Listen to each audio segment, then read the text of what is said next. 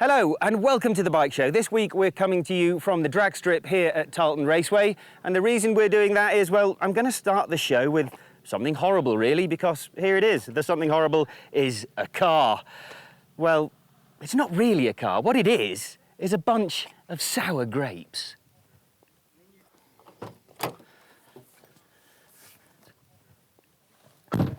So, Brenwin, exactly why is this car a bunch of sour grapes? Well, Matt, we've done 2 of those car versus bike challenges and we've lost both. So Yes, that doesn't sit well with me. And I feel fair enough. that I should be granted a rematch with some different conditions. Okay, those conditions being what? Well, if you look ahead, you'll see no twists. Just Yeah. straight road ahead. Distinct absence of corners. Yes, and I feel as though I brought the right tool this time. Which is what? What have we got? A Datsun? This is the 27 Nissan GT-R. I think a lot of kids would lynch you for calling it a Yeah, Datsun. quite possibly. This is the iconic PlayStation generation car, and I feel it would give whatever tricycle you brought a run for its money. Okay, well, give me some figures then, man. What kind of horsepower is this GT? What's it looking at? Okay. I've got 550 horsepower and 632 newton meters of torque.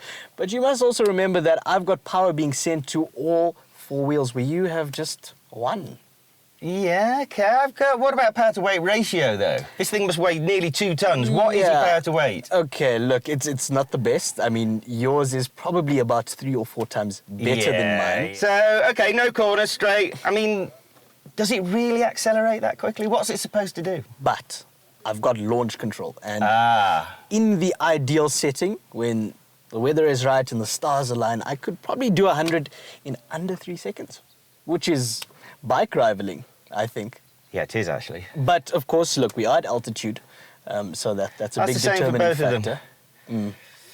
I'm getting some indigestion. I'm actually nervous for the first time. Good. Yeah, I think we you might ought to have be. to edit this into a really short piece And where I win, no matter what happens. you've got another reason to be nervous. What? Because I've brought my What are mittens. they? You're not the only one who gets to wear questionable leathers.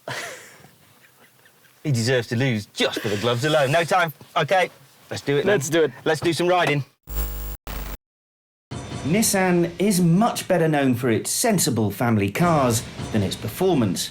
But the GT-R has changed all that, because everyone knows that this is one seriously capable supercar.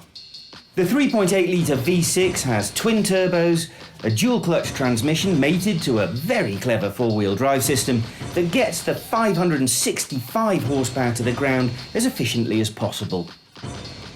2.1 million rand also buys you a fancy infotainment system, leather everything, some cool-looking buttons and switches, and room for 2 passengers as long as they don't have any legs.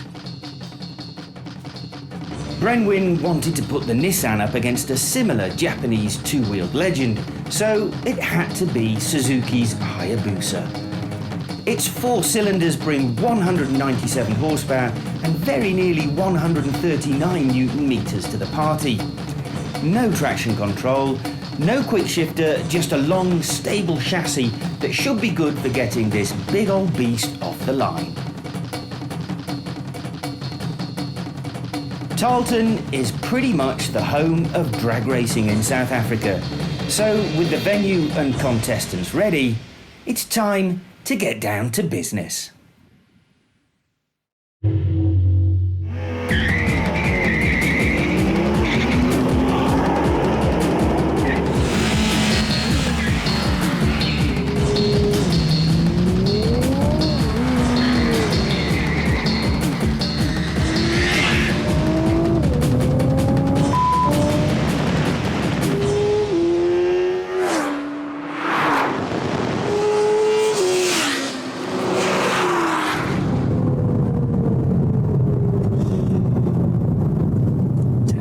Suzuki's Hayabusa first appeared in 1999, but it's still a genuine hyperbike. Well, Brenwin, didn't really go according to plan, did it? Yes, I know, Matt. Defeated once more, which I will accept gracefully. He's a good lad. He's a good lad. I'll try. But, I mean, I know it was a straight line race. and I made a big deal about that when we started. But I've got a supercar. You've got a glorified drag bike. I mean, yeah, it's true. The Hayabusa has been designed for good launches, Indeed. for being fast in a straight line. But okay, so you want a bike that can also go around corners. Well, you're very lucky, Brenwin, because I just happen to have the most exclusive test you're ever going to see. This is Suzuki's new GSX-R1000. No one else in the world has ridden it yet, believe it or not.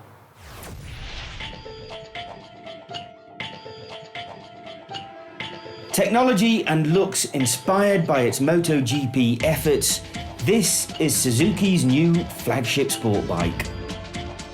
There are 2 models available, so no quick shifter or launch control on this most basic version. I turned the traction control off too, rather some wheel spin than any electronic intervention, I reckon. Just a couple of horsepower more than the Hayabusa as well, but a lot less weight and plenty more revs. If I can get it off the line without too much wheeling, I have a feeling Brenwin is in for a nasty surprise.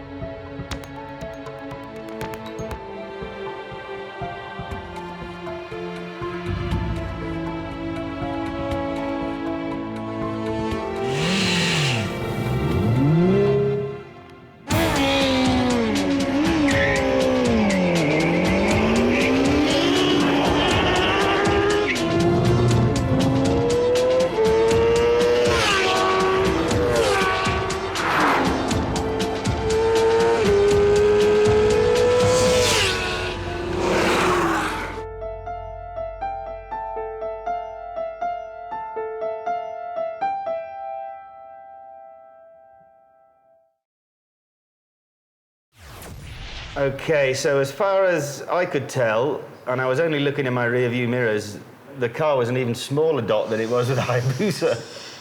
Yes, it was, it was. I tell you, one of these fine days, I'm going to beat you. Yeah, we'll definitely just, I'll give you a hint. Anything off-road, you've got a guaranteed win.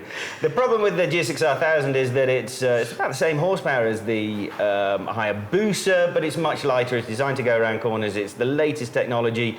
I'd love to tell you more, but you're going to have to wait until after the upcoming ad break when we take it to Red Start and find out if it does actually go around corners. But Brenwin, back to the car. It's so easy for us to take the mick a little bit. I have to be brutally honest and say, apart from the kind of fake suntan colour, what an impressive piece of kit. Absolutely. And watching you launch, damn, Yeah. I mean, that thing does pick up and go. No, look, I did my best. I'm quite interested though, Brenwin. Did you use launch control in the end, or because I know you were experimenting with doing it yourself? I used the car's launch control function in the end. I did try it with the traction control off, but it was actually slower. I think at the end of the day, the computer might know a bit more than me. Yeah. But all things considered, the car put in a hell of a fight, even though the surface at Tarlton was not ideal. I feel Sounds like a great racer's excuse, but he is I right. knew you were going to say that. No, but you may notice that I actually launched off the side of the launch strip because it was just so slippy. The bike, it was difficult to keep in a straight line, and you could hear your car was spinning through at least the first 2 just gears. trying to put all that power down to the bitumen. But you had some equipment in yours that worked. What was your fastest quarter mile of the day? About Well, 12 of course, I mean, I had special equipment in my gloves, but yeah, about 12.3. 12.3. Which is rapid. It is rapid, especially at altitude, especially with a surface that was robbing you of at least half a second off the launch. Is. So that's a 12-second quarter mile car. That is fantastically Mighty quick. We didn't have equipment on ours, but we reckon we were probably running high 10s, which the bikes will go low 10s, but again, altitude, no grip, fat, useless old fart. So the bike will go considerably quicker too. Thank you very much, Brenwin, for bringing the car, for being such a good sport. Thank you. The cars are getting more impressive and more expensive every single time. I've got a feeling, though, that if by some miracle I can procure a Porsche 918 hybrid super performance car, I'd be able to match you. No, you wouldn't. We'll try. One lives in hope. One of these days we will try. Yeah. Brenwin, Sunday Times. You'll be able to read about this, by the way, in the Sunday Times Motoring Supplement, the end of this month. So check that out. In the meantime, we're going to go for an ad break. We'll be back in just a little while.